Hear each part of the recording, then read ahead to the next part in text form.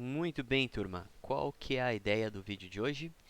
Fazermos com que na minha página inicial a gente tenha um formulário que vá inserir, né, ou na verdade vai enviar a informação dos dados de um usuário para o nosso sistema e a gente vai poder manipular esse dado e criar uma instância de usuário, eventualmente utilizar o DAO mais tarde, né? Mas hoje, para este vídeo, a ideia é simplesmente o envio dos dados de usuário e eu ter acesso, eu conseguir instanciar um objeto do tipo usuário com esses dados. Como que a gente vai fazer? Bom, aqui eu vou criar um formulário básico, né? Então vai ser um action, uma action para barra user, tá? Com um método, acho que eu posso colocar assim, com o método post. É isso que meu formulário faz. O que, que vai ter no meu formulário? Vão ter alguns inputs, tá, do tipo texto. Para o primeiro input eu vou ter um label, label for name. Então eu vou ter um input type text com name, tá, que vai ser o nome do meu usuário. Eu vou ter um outro input, deixa eu colocar uns BRs aqui para separar. Eu vou ter um outro input para o e-mail, tá? Então, for email, o name email, ok? E eu vou ter um input submit aqui, input type submit, que é o nosso enviar, barra input. É assim? Acho que é no value que coloca, né? Value enviar. Ok, salvei. Vou disparar aqui o meu servidor, tá? Vou lá na minha página, vou atualizar minha página. Tá aqui o meu input. Faltaram os meus labels, né? Obviamente, né? Nome do usuário, nome e e-mail. Novamente, como a gente atualizou só o HTML, eu posso vir aqui atualizar, a gente consegue ver. Então tá aqui o nosso formulário, tá? Se eu clico em enviar aqui com qualquer dado que seja, a gente vem para barra user, tá? E ele tentou fazer um post para cá. Se a gente vir aqui em F12, vir aqui no network e refazer essa requisição, deixa eu limpar aqui e refazer essa requisição, deixa eu dar um zoom aqui para vocês verem. Ó, ele tenta fazer um post para user, não foi encontrado, ok, a gente sabe disso, mas o interessante é que aqui a gente tenha um form data com as informações de nome e e-mail. O que, que a gente tem que fazer? A gente tem que, no nosso servidor, criar a nossa rota para receber essas informações. E aí a gente vai começar a utilizar o nosso controller, ao invés de escrever todo o código relacionado a essa rota aqui. Então, basicamente, essa rota é um post para barra user, só que ao invés de eu criar aqui uma expressão lambda, um método para receber essa requisição e fazer alguma coisa, eu vou dizer o seguinte, olha, eu quero que a responsabilidade dessa requisição seja tratada pelo meu user controller no método, por exemplo, que eu vou chamar de create. Simplesmente assim, tá? E notem que eu usei o user controller com maiúsculo aqui, ou seja, eu estou literalmente falando da minha classe user controller, eu tenho um método chamado create. O que ele está dizendo? Não existe isso, tá? O mais fácil é a gente vir aqui no nosso user controller e criar um método estático, static, void, vou colocar void aqui, acredito que ele vai aceitar, create, e esse método que vai receber o meu request do Spark, tá pessoal? Então, request, response do Spark também, cuidado aqui na hora de adicionar, e este método vai fazer alguma coisa. tá? O que eu vou fazer agora para a gente testar é simplesmente dar um system.out.println no meu hack.body, para a gente ver essa mensagem aqui chegando no servidor, e vou dar um res, porque eu quero responder, tá? E eu posso responder, e aí eu posso dizer o que eu quero responder, tá?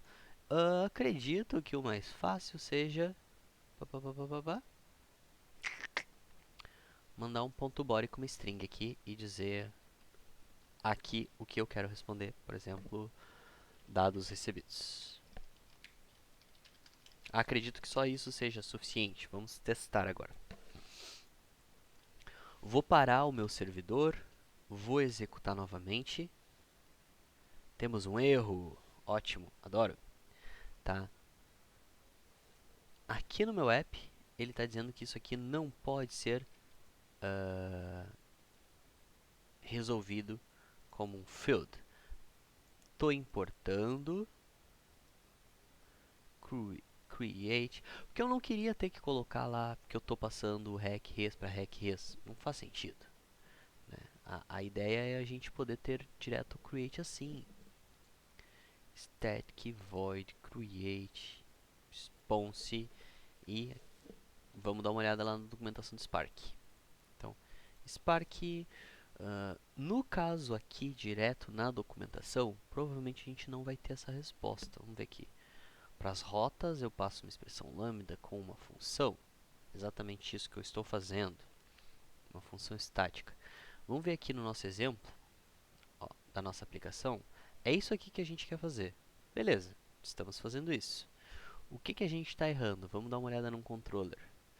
Ah, estamos em Java. Este método tem que ser público, né? Para que ele tenha visão desse método aqui no nosso user controller, tá? Então, criei um método público, estático, e ele tem que retornar, no caso do Spark, uma rota, tá? Um route, para que o Spark aceite este método aqui. Então, user controller route, tá? Do Spark. Então, isso é uma rota do Spark. Route create. Ah, e aí ele cria uma expressão lambda. Perfeito. Então, mais fácil para nós, né? Mais fácil para a gente escrever. Create hack-res. Reis iguais aqui. Tá? Create igual hack-res. Tá? Então, só terminologia. Então, basicamente, eu tenho uma rota que eu chamei de create e ela vai ter ali o request e o response. Dá para reescrever utilizando a outra maneira, tá, pessoal? Sem problema nenhum, tá? Request, response, flechinha, flechinha, nosso ponto de e vírgula aqui, tá? O que ele está dizendo? Ele não sabe o que é request response. This method must return as root type object. Então a gente tem que retornar alguma coisa. Ok, eu posso dar um return somente nisso? Não. Posso dar um return. Vou dar um return nos dados recebidos, né? Exatamente como a gente estava fazendo antes. Tá? Muito bem. Temos um código que, pelo menos agora, não apresenta nenhum erro, né? Vamos lá, compilei e executei, tá aqui executando, tá escutando. Vou aqui no meu localhost, vou voltar aqui na minha página inicial, vou preencher que meu nome é Vinícius, vou preencher que meu e-mail é vini@gmail.com, por exemplo. Tá, vou clicar no enviar, dados recebidos, e aqui a gente tem com aquele formato lá que não é muito interessante, né, da gente trabalhar, a gente precisa mexer nesse cara agora, então, para encerrar esse vídeo. Chegou os meus dados aqui, só que esses dados eles chegam nesse formato aqui que não me parece ser algo interessante da gente trabalhar, né? É uma única string, teria que fazer um parser dessa string, enfim, um monte de replace, um monte de coisas que hoje em dia, né, existem muitos frameworks para facilitar a nossa vida nesse sentido, tá? O próprio Spark, pelo que eu vi, ele permite, tá, que dentro desse hack aqui a gente trabalhe com esses parâmetros aqui de um jeito diferente, tá? Então eu vou colocar assim, ó, body, só pra gente saber o que que é o que, mais, só pra gente ver o body inteiro, tá? E aí eu vou fazer alguns testes aqui com vocês, tá? O primeiro vai ser olhando lá pra documentação do Spark, tá, pessoal? Nada eu invento, tá? Tudo eu parto da documentação.